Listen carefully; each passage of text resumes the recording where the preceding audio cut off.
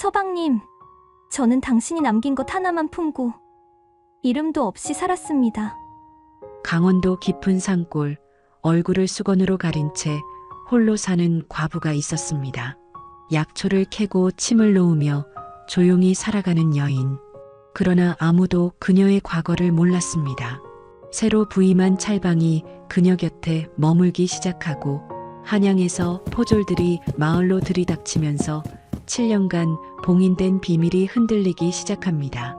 그녀가 품어온 것은 단순한 서찰 한 장이 아니었습니다.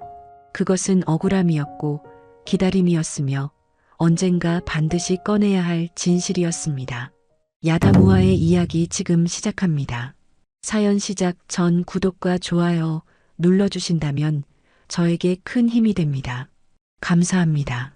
먼 옛날 강원도 깊은 산골에 이런 이야기가 전해져 내려옵니다. 태백줄기에서 뻗어나온 산맥이 겹겹이 마을을 감싸고 있었습니다. 봄이 되어도 한기가 쉬이 가시지 않는 곳이었고 여름이면 산 그림자가 일찍 내려앉아 해가 짧았습니다. 사람들은 그 짧은 해 아래서 부지런히 손을 놀렸습니다. 봄이면 가파른 비탈의 화전을 일구고 여름이면 산나물을 뜯고 가을이면 도토리와 밤을 주어 겨울 양식을 마련했습니다. 겨울에는 눈이 허리까지 쌓여 산 아래 읍내와는 완전히 고립되기 일쑤였지요. 그런 탓에 이 마을 사람들은 서로 의지하는 법보다 서로를 경계하는 법을 먼저 배웠습니다. 낯선 것은 곧 위험한 것이었고 모르는 것은 일단 멀리하는 것이 이 산골 사람들의 오랜 습성이었지요. 어느 해봄 읍내에서 보부상이 하나 들어왔다가 마을 사람들의 차가운 눈빛에 사흘 만에 발걸음을 돌렸다는 이야기가 있을 정도였습니다. 낯선 얼굴은 이 마을에서 언제나 이방인이었습니다. 골짜기 사이로 실개천이 흘렀습니다. 그 물소리만이 이 작은 마을의 가장 큰 소음이었지요. 아침이면 여자들이 개천가에서 빨래를 했고 아이들이 물고기를 잡으러 첨벙거렸습니다. 마을 어귀에는 오래된 우물이 하나 있었습니다. 누가 팠는지도 모를 만큼 낡은 돌담이 둘러쳐진 우물로 날마다 마을 사람들이 그 앞에 모여 물을 기르며 하루의 소식을 나눴습니다. 그 우물이 마을의 중심이었고 그 우물가에서 오가는 말들이 마을의 역사가 되었습니다. 우물 옆으로 난 오솔길을 따라 안쪽으로 조금 더 들어가면 마을과는 한참 떨어진 외딴 곳에 초가 한 채가 있었습니다. 살인문 하나, 방 둘, 그리고 작은 장독대. 그것이 전부인 초라한 살림이었으나 그 집에서만큼은 언제나 약다리는 냄새가 은은하게 풍겨 나왔습니다. 이른 아침에도 늦은 밤에도 사계절 내내 그 냄새는 오솔길을 타고 마을 어귀까지 흘러들었습니다. 그 초가에 사는 이는 옥년이라는 이름의 여인이었습니다. 나이는 30 남짓이었으나 얼굴은 그보다 한참 어려 보였지요. 수려한 이목구비에 눈빛은 깊고 맑았습니다. 입술은 얇고 코는 오뚝했으며 걸음거리는 소리가 나지 않을 만큼 조용했습니다. 그러나 옥년은 언제나 넓은 수건으로 얼굴 반을 가리고 다녔습니다. 이마 위까지 내려오는 수건 탓에 마을 사람들은 그녀의 얼굴을 제대로 본 이가 없었습니다. 피부에 흉이라도 있는 것인지 아니면 무슨 다른 이유가 있는 것인지 아무도 몰랐지요. 옥년이 이 마을에 처음 나타난 것은 5년 전 겨울이었습니다. 눈보라가 몰아치던 밤에 홀로 나타나 빈 초가를 얻어들어 앉은 것이 시작이었지요. 어디서 왔는지 무슨 사연이 있는지 아무도 몰랐습니다. 당시 마을 이장 영감이 어디서 굴러들어온 것인지 알아야 재워주지 하며 버텼으나 복순 어멈이 나서서 눈보라 속에 사람을 내쫓으면 귀신이 된다고 고함을 질러댔고 결국 이장 영감도 물러섰습니다. 그렇게 마을에 들어온 옥년은 조용히 그리고 빠르게 마을에서 없어서는 안 될 사람이 되었습니다. 산을 누비며 약초를 캐고 침을 놓을 줄 알았으며 다리는 약의 종류도 웬만한 의원 못지않게 다양했습니다. 아이가 열이 오르면 옥년을 찾았고 노인의 허리가 끊어질 듯 아프면 옥년을 불렀습니다. 산짐승에게 물려 상처가 깊어진 젊은이의 살을 꿰맨 것도, 산딸이 지난 여인의 산파 노릇을 한 것도 옥년이었습니다.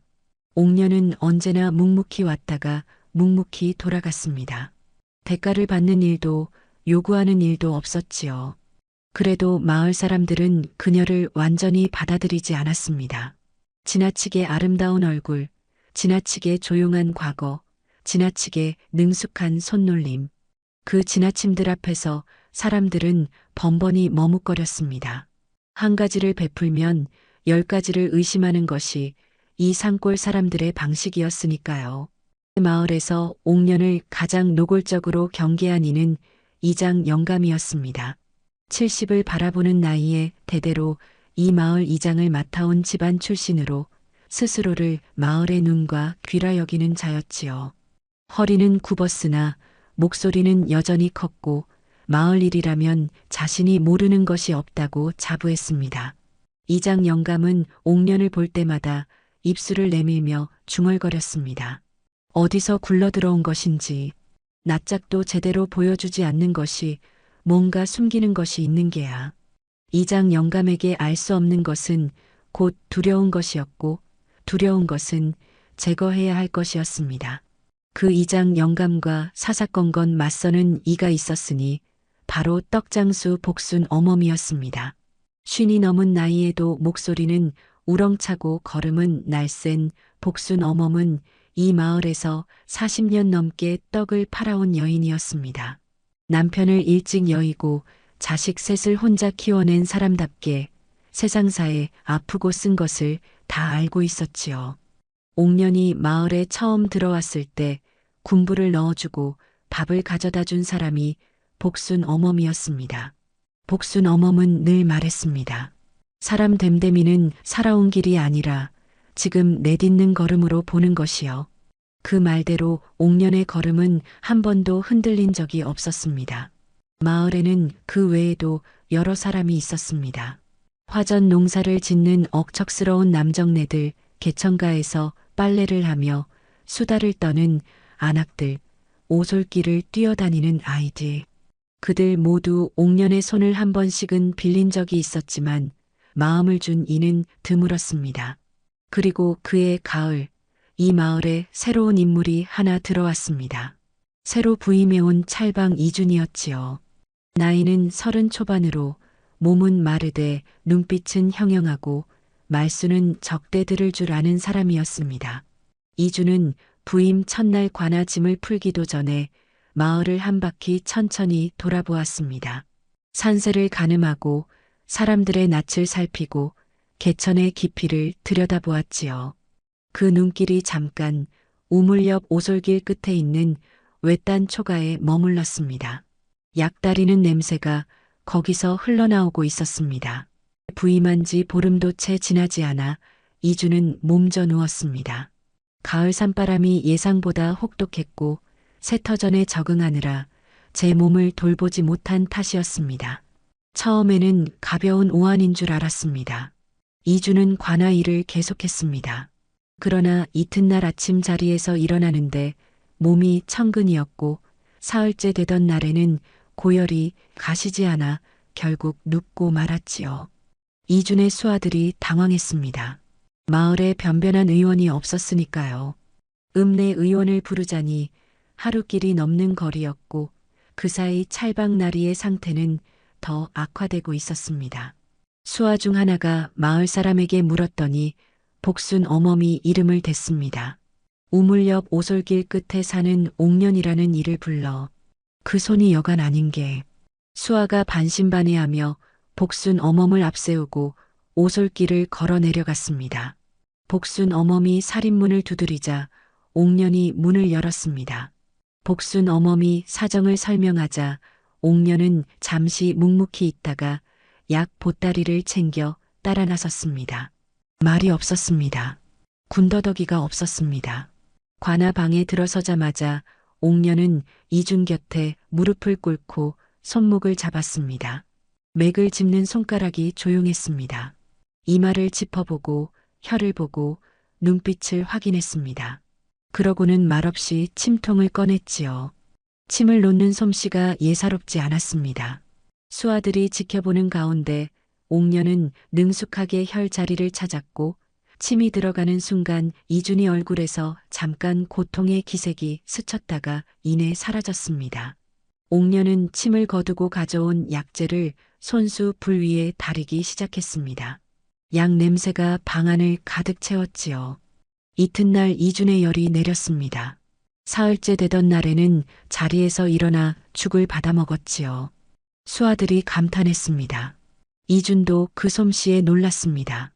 그런데 옥년이 방에서 나가던 그 짧은 순간 이준은 이상한 감각을 느꼈습니다. 저 눈빛을 어디선가 본 것 같다는, 손목을 잡던 손의 온도가 선명하게 남아 있었습니다. 이준은 한참 천장을 바라보다가 고개를 저었습니다. 몸이 아프니 헛것을 본 것이겠지 하고 생각했습니다. 그 자리에서 완전히 일어난 이준은 감사의 인사를 전하고자 옥년의 초가를 찾았습니다. 아침 나절이었는데 옥년은 마당에서 약초를 고르던 중이었습니다. 가을 햇살이 수건 위로 내려앉아 있었습니다. 이준이 마당 앞에 서서 인기척을 내자 옥년이 고개를 들었습니다. 이준이 감사하다 인사를 건네자 옥년은 짧게 고개를 숙였습니다. 별것 아닙니다. 그게 전부였습니다. 더 말을 받을 생각이 없는 듯 다시 약초를 고르기 시작했지요. 이준은 물러나지 않았습니다. 살인문 앞에 잠시 서 있다가 품에서 책 한 권을 꺼냈습니다. 변변치 않지만 감사의 뜻으로 받아주십시오. 옥년이 두 손으로 책을 받았습니다. 이준이 돌아서는데 그 순간 옥년의 시선이 책 표지에서 멈췄습니다. 표지 안쪽에 찍힌 작은 도장 하나. 붉은 인주로 선명하게 찍힌 한양 이씨 문중의 가장이었습니다. 작은 글씨로 새겨진 그 도장이 옥년의 눈에 박혔습니다. 옥년의 손이 미세하게 떨렸습니다. 이준은 이미 살인문을 나서고 있었습니다. 옥년은 그 뒷모습을 한참 바라보다 방으로 들어가 문을 닫았습니다. 방 안에서 옥년은 오래도록 그 도장을 들여다보았습니다. 심장이 천천히 그러나 힘껏 두드렸습니다. 한양 이씨 문중. 그 이름은 옥년에게 낯선 이름이 아니었습니다. 가슴 깊은 곳에 봉인처럼 눌러두었던 그 이름이 이준의 책 한 권으로 인해 다시 살아 움직이기 시작했습니다. 옥년은 책을 가슴에 품고 한동안 눈을 감았습니다. 방 안에서 약다리는 냄새가 올라왔습니다. 그 냄새만이 현실이었습니다. 며칠 후 이준이 다시 옥년을 찾았습니다. 이번엔 아픈 것도 감사 인사도 아니었습니다. 이준은 산에서 캔 도라지 한 묶음을 들고 왔습니다. 변변찮지만 드시기나 하십시오. 옥년은 받아야 할지 말아야 할지 잠시 망설이다가 받았습니다. 고맙습니다. 이번에도 짧았습니다. 이준은 돌아가지 않았습니다. 마당 끝 돌에 자연스럽게 앉으며 말을 걸었습니다. 마을의 풍경에 대해, 약초의 효능에 대해, 가을 날씨에 대해. 옥년은 짧게 답했습니다. 그러나 이준의 말은 끊기지 않았습니다. 억지스럽지도 않고 쫓아오는 것 같지도 않았습니다. 그냥 옆에 앉아있는 사람처럼 이야기를 했지요. 그러다 이준이 슬쩍 물었습니다. 한양에서 오신 것이지요? 옥년의 손이 무릎 위에서 굳었습니다. 눈빛이 잠깐 흔들렸다가 다시 가라앉았습니다. 아닙니다. 단 세 글자였습니다. 이준은 더 묻지 않았습니다. 옥년이 화제를 돌리자 이준도 자연스럽게 따라갔습니다. 불편한 기색은 없었습니다. 이준이 돌아가고 옥년은 홀로 화롯불 앞에 앉아 있었습니다. 불꽃이 타닥타닥 소리를 내며 튀었고 방 안에는 약 냄새와 함께 가을밤의 냉기가 스며들었습니다. 옥년의 눈에서 눈물이 한 줄기 흘렀습니다. 소리도 없이 진동도 없이 한양에서의 기억이 그 눈물과 함께 천천히 흘러내렸습니다. 7년이었습니다. 7년 동안 그 기억을 단 한 번도 입 밖에 꺼내지 않았습니다. 그렇게 해야만 살 수 있었으니까요. 그런데 이준의 목소리가 그 문을 두드리고 있었습니다. 조용히 그러나 집요하게. 7년 전의 옥년은 지금의 옥년이 아니었습니다.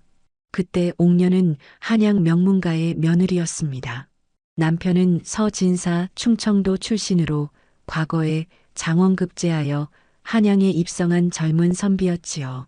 서진사는 학식이 깊고 성품이 곧았으며 불의를 보면 참지 못하는 사람이었습니다. 권세 있는 이 앞에서도 허리를 굽히지 않았고 아래 것에게도 함부로 말하는 법이 없었습니다. 그런 남편을 옥년은 진심으로 아끼고 존경했습니다. 두 사람 사이에는 아이가 없었지만 그것이 부족하다고 느껴본 적이 없을 만큼 두 사람의 일상은 조용하고 단단했습니다. 그러나 조정은 남편 같은 사람이 오래 버티기에는 너무나 탁한 곳이었습니다. 서진사가 이조판서 강대감의 부정을 상소했을 때 옥년은 직감으로 알았습니다. 이제 좋지 않은 일이 생기리라는 것을. 강대감은 임금의 총애를 받는 실력자였고 그 주변에는 온갖 아첨꾼들이 들끓었습니다. 그런 자를 향해 상소를 올린다는 것은 호랑이 수염을 뽑는 것과 다름없는 일이었지요. 과연 상소가 올라가고 석 달이 지나지 않아 서진사는 역모를 꾀했다는 죄목으로 포도청에 끌려갔습니다. 증거는 조작된 것이었고 신문은 형식이었으며 판결은 이미 정해져 있었습니다. 귀양, 그것도 삼천리 밖 남쪽 끝 섬으로의 유배였습니다. 압송되던 날 아침 서진사는 포졸들 눈을 피해 옥년에게 조그만 서찰 하나를 몰래 쥐어주었습니다. 이것을 반드시 지키시오. 어떤 일이 있어도 잃어버리지 마시오. 언젠가 쓸 날이 있을 것이오. 그 말이 옥년이 남편에게서 들은 마지막 말이었습니다. 서진사의 손이 차가웠습니다. 아니, 차갑다기보다는 떨리고 있었습니다. 두려운 것인지 분한 것인지 옥년은 알 수 없었습니다. 다만 그 손의 떨림이 옥년의 손바닥을 타고 가슴까지 전해졌습니다. 옥년은 그 길로 한양을 떠났습니다. 집도 재산도 이름도 모두 버렸습니다. 살아남는 것만이 목적이었으니까요. 그렇게 도망쳐 닿은 곳이 이 산골이었습니다. 그리고 7년이 흘렀습니다. 서진사가 살아있는지 죽었는지조차 알 수 없는 7년이었습니다. 이준이 부임해 온 지 한 달이 조금 지났을 때였습니다. 이른 아침 마을 어귀가 갑자기 소란스러워졌습니다. 옥년이 마당에서 약초를 다듬다가 고개를 들었습니다. 멀리서 말발굽 소리가 들렸습니다. 두 필이었습니다. 이장 영감이 포졸들과 나란히 걸어 들어오고 있었습니다.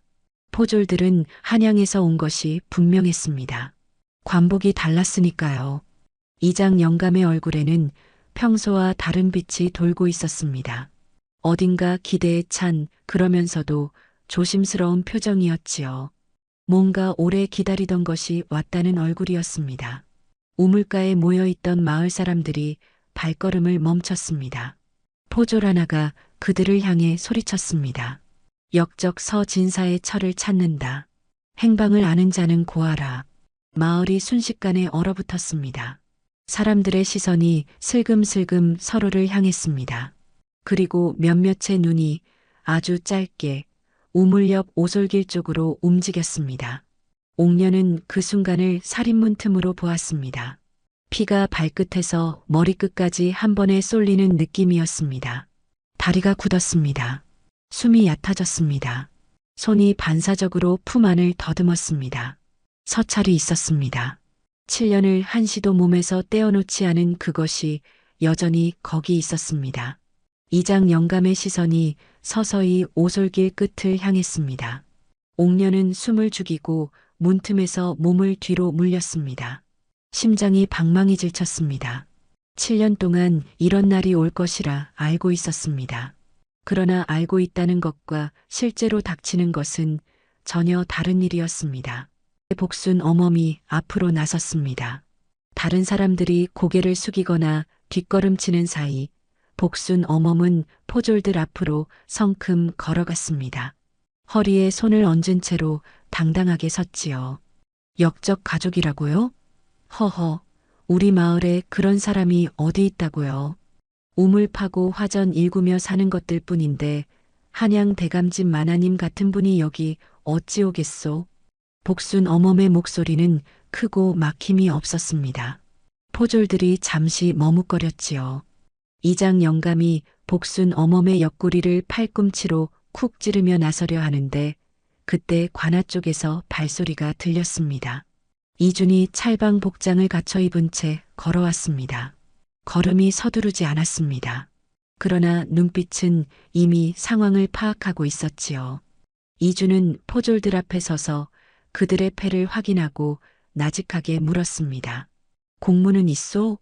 포졸들이 문서를 꺼냈고 이준은 천천히 읽었습니다. 표정을 드러내지 않았습니다. 다 읽고 나서 이준이 말했습니다. 이 마을 관할은 내가 맡고 있소. 수색이 필요하면 나를 통해 하시오. 오늘은 돌아가시고 절차대로 공문을 다시 올리시오. 이준의 목소리는 부드러웠으나 물러섬이 없었습니다. 포졸들이 서로 눈길을 주고받다가 결국 발을 돌렸습니다. 이장 영감이 불만스러운 얼굴로 그 뒤를 따랐습니다. 마을이 다시 잠잠해지고 이준은 오솔길 쪽을 바라보았습니다. 살인문이 아주 조금 열려 있었습니다.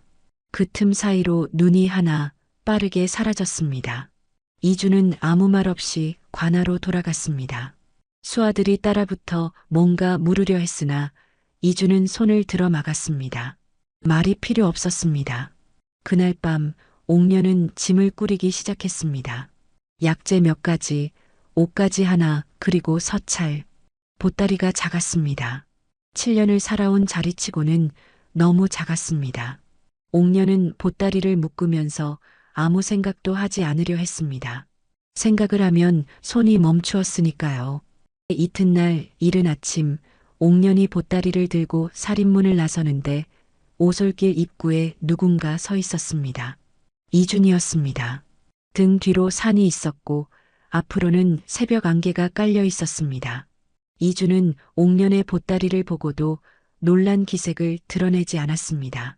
마치 알고 있었다는 듯이 이준이 조용히 말했습니다. 달아나면 평생 달아나야 합니다. 옥년의 발이 멈췄습니다. 이준은 계속했습니다. 이미 5해 넘게 이 마을에서 사신 것으로 압니다. 그전에도 어디선가 숨어 계셨겠지요. 앞으로도 그렇게 사실 겁니까? 목소리가 낮고 고요했습니다. 꾸짖는 것도 아니었고 동정하는 것도 아니었습니다. 다만 사실을 말하고 있었습니다. 옥년은 아무 말도 하지 않았습니다. 이준의 말이 틀리지 않았기 때문이었습니다. 보따리를 내려놓지도 다시 들지도 않은 채 옥년은 서 있었습니다. 아침 산바람이 오솔길을 지나갔습니다. 안개가 천천히 움직였지요. 이준이 먼저 돌아섰습니다. 오늘은 관아일이 있어 먼저 가겠습니다. 보따리는 두고 가십시오. 어디 멀리 가실 것도 없습니다. 이 산골보다 더 깊은 곳이 있다 해도 거기서도 같은 일은 반드시 옵니다. 이준이 걸어갔습니다. 발소리가 안개 속으로 사라졌습니다.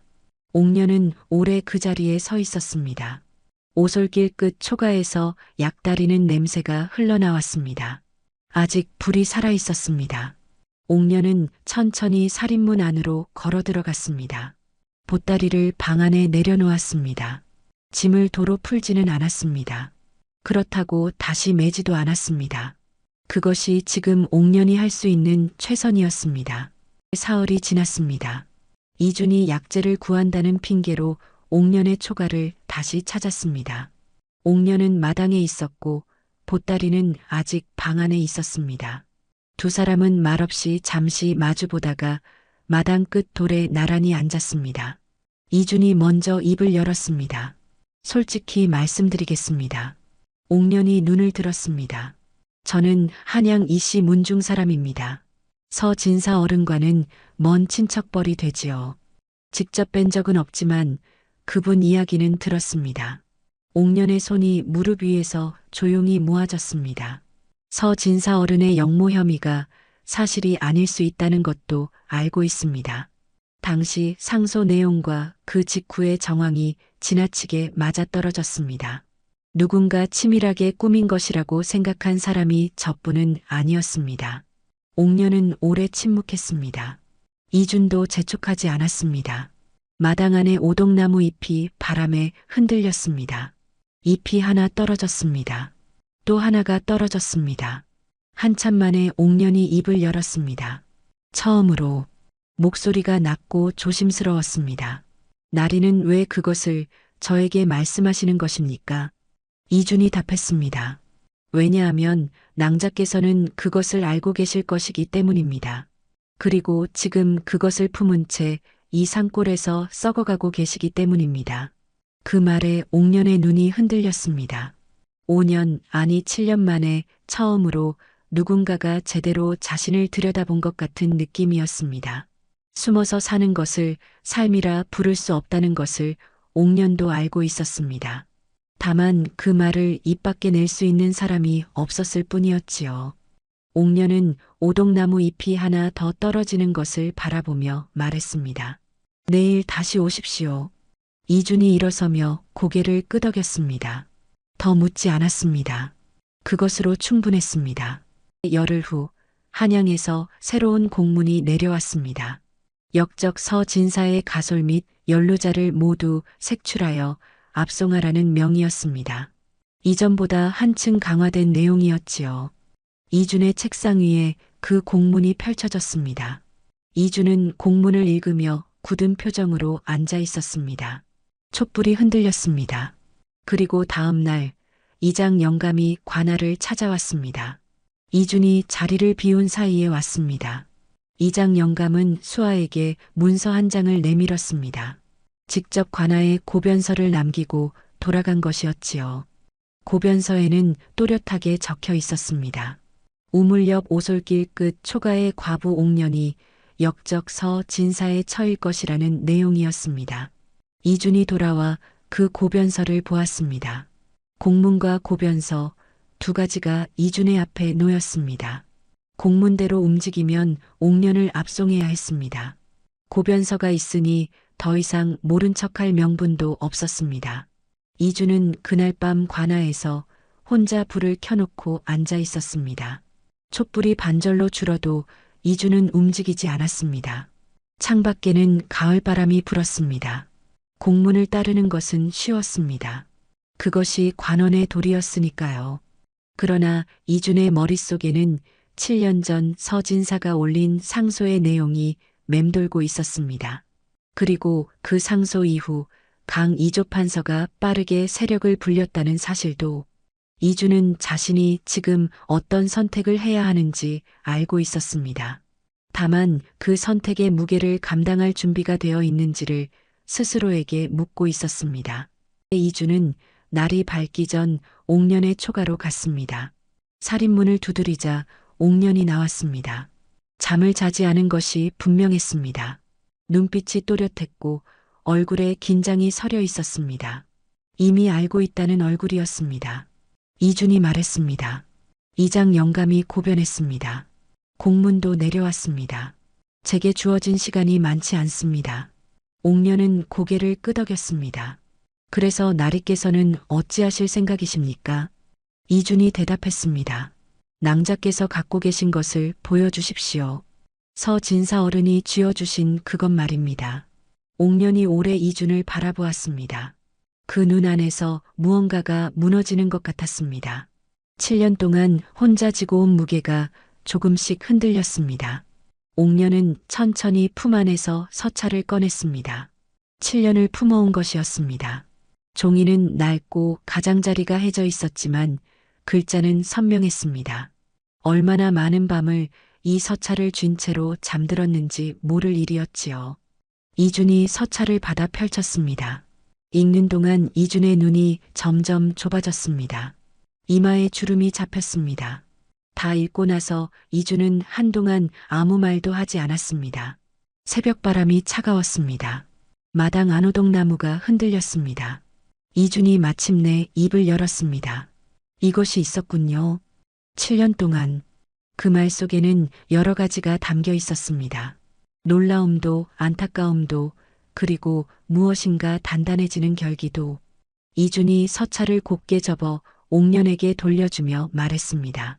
한양으로 가야 합니다. 낭자도 저도 함께. 서찰에 적힌 내용은 명확했습니다. 서진사가 영모 혐의를 뒤집어쓰기 직전 강 이조 판서가 신복에게 보낸 밀서의 사본이었지요. 서진사가 위험을 무릅쓰고 비밀리에 손에 넣어 옥년에게 남긴 것이었습니다. 그 안에는 서진사의 상소를 영모로 뒤집기 위한 구체적인 계획이 담겨 있었습니다. 거짓 증인의 이름, 조작된 문서의 내용, 그리고 판결을 원하는 방향으로 이끌 관원들의 이름까지. 7년 전의 일이었으나 글씨는 한자 한자 살아있었습니다. 이주는 서찰을 다시 한번 꼼꼼히 확인했습니다. 이것만으로는 부족합니다. 사본이기 때문에 진위를 의심받을 수 있습니다. 낭자의 증언이 함께 있어야 합니다. 옥년이 고개를 끄덕였습니다. 압니다. 저도 그것을 알기에 7년을 기다렸습니다. 때가 오지 않으면 이 서찰 한 장은 아무 소용이 없다는 것을. 이준이 물었습니다. 때가 왔다고 생각하십니까? 옥년이 답했습니다. 강 이조 판서의 세력이 정점에 오른 지금 그를 견제하려는 세력도 그만큼 커졌을 것입니다. 조정 안에도 이 서찰의 가치를 알아볼 사람이 있을 것입니다. 이주는 옥년을 바라보았습니다. 이 산골에서 7년을 숨어 살던 여인이 아니었습니다. 오래 혼자 생각하고 혼자 버텨온 사람의 눈빛이었습니다. 두 사람은 그날 밤을 꼬박 세워 계획을 세웠습니다.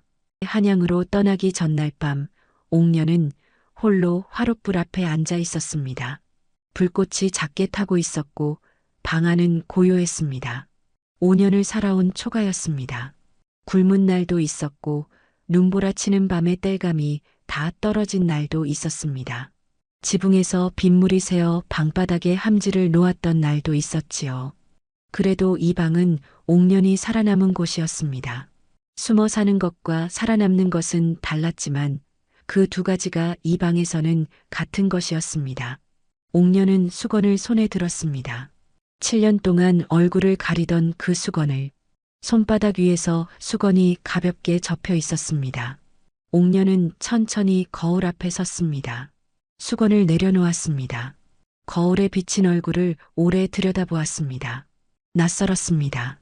그리고 낯익었습니다. 이것이 자신의 얼굴이었습니다. 숨겨야 할 얼굴이 아니었습니다. 옥년은 수건을 화롯불 옆에 내려놓았습니다.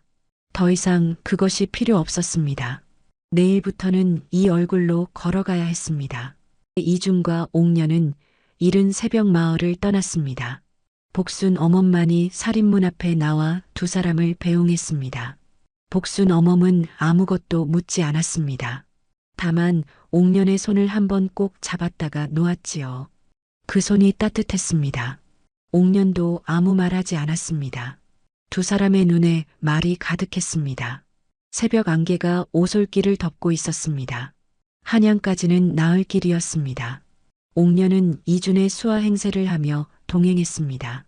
머리를 올리고 수수한 차림을 하니 이목을 끌지 않았습니다. 길을 걷는 내내 옥년은 7년 전의 기억을 하나씩 꺼내 정리했습니다. 증언으로 엮을 수 있는 것, 서찰의 내용과 맞닿는 것들을 머릿속으로 수십 번 되뇌고 또 되뇌었습니다. 한양에 닿자 이주는 먼저 움직였습니다. 강 이조 판서를 견제하는 세력의 핵심 인물을 은밀히 접촉했습니다. 서찰을 먼저 보여주었고 그 반응은 기대 이상이었습니다. 이것이 사실이라면 판도가 바뀝니다. 그들은 의금부에 신뢰할 수 있는 경로를 갖고 있었습니다. 옥년이 의금부에 나선 날은 서늘한 가을이었습니다. 옥년은 수건 없이 얼굴을 그대로 드러낸 채 들어섰습니다. 걸음이 흔들리지 않았습니다. 목소리도 떨리지 않았습니다. 증언은 조목조목 명확했습니다. 7년 전 자신이 직접 목격한 것들, 서진사가 상소를 올리기 직전 집안에서 오간 이야기들, 압송되던 날 아침의 장면까지 서찰의 내용과 맞물리는 증거들이 하나씩 제시되었습니다. 강 이조판서의 신복 중 하나가 사흘 안에 불려 들어왔고 신문 끝에 결국 실토했습니다. 강 이조판서가 탄핵을 받은 것은 그로부터 열흘 후였습니다. 서 진사의 신원이 회복되었습니다. 이미 유배지에서 세상을 떠난 남편이었으나 억울하다는 것이 세상에 드러났습니다. 옥녀는 남편의 위패 앞에 오래 앉아 있었습니다. 눈물은 흘리지 않았습니다. 다 흘린 것이었는지 아니면 이미 마음속에서 오래전에 보낸 것이었는지 알 수 없었지요. 다만 가슴 한켠이 처음으로 가볍다는 것을 느꼈습니다. 오래 짊어지고 온 무게가 내려진 것이었습니다.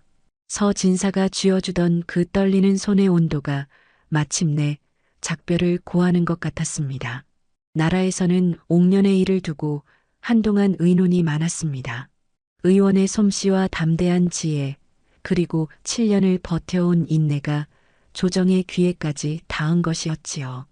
여인이 의금부에 나서 증언을 한다는 것 자체가 전례 없는 일이었고 그 증언이 오랜 모함을 뒤집었다는 사실은 더욱 그러했습니다. 조정 안에서 옥년을 두고 이런저런 말이 오갔습니다. 결국 내의원에서 옥년을 불렀습니다. 여인으로서 공식적인 의원 직함을 받는 것 역시 흔치 않은 일이었으나 그 솜씨와 이력을 아는 이들은 당연하다 했습니다.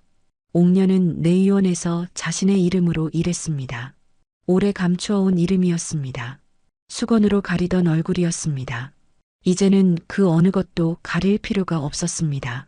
아침마다 내의원 문을 들어서는 옥년의 걸음은 오솔길을 걷던 것과 달랐습니다. 더 이상 소리를 죽이지 않아도 되었습니다. 2주는 이후 한양에 머물며 요직에 올랐습니다. 두 사람은 가끔 마주쳤습니다. 서로 많은 말을 나누지 않아도 괜찮았습니다. 산골 오솔길을 함께 걸으며 나눈 침묵의 무게를 두 사람은 알고 있었으니까요. 말로 채우지 않아도 되는 사이가 있습니다. 그 침묵이 신뢰이고 그 신뢰가 인연이지요. 복순 어멈에게는 옥년이 직접 편지를 보냈습니다. 긴 편지였습니다. 처음 눈보라 치던 밤에 군부를 넣어준 것부터 포졸들 앞에 나서 큰 소리 치던 것까지 옥년은 그 모든 것을 써내려갔습니다. 마을 사람들은 그 편지를 받던 날 복순 어멈이 우물가에 앉아 한참을 웃었다고 했습니다. 눈물인지 웃음인지 모를 얼굴로. 옛말에 이런 말이 있습니다. 숨어 사는 것이 아니고 드러나는 것이 두려운 것이 아니라고. 참으로 사는 것은 자신의 이름으로 발을 내딛는 것이지요. 옥년은 7년이 걸렸습니다. 그러나 그 7년이 결코 헛된 시간이 아니었습니다. 두려움을 품고 걸어온 그 길이 마침내 빛 아래로 이어졌으니까요. 숨겨둔 이름이 세상에 불리는 날이 온다는 것을 옥년의 이야기가 우리에게 전해줍니다. 야다무와 이야기 마칩니다. 구독과 좋아요를 눌러주시면 다음 영상을 빠르게 만나보실 수 있습니다. 어디에서 듣고 계신지 댓글로 알려주세요. 감사합니다.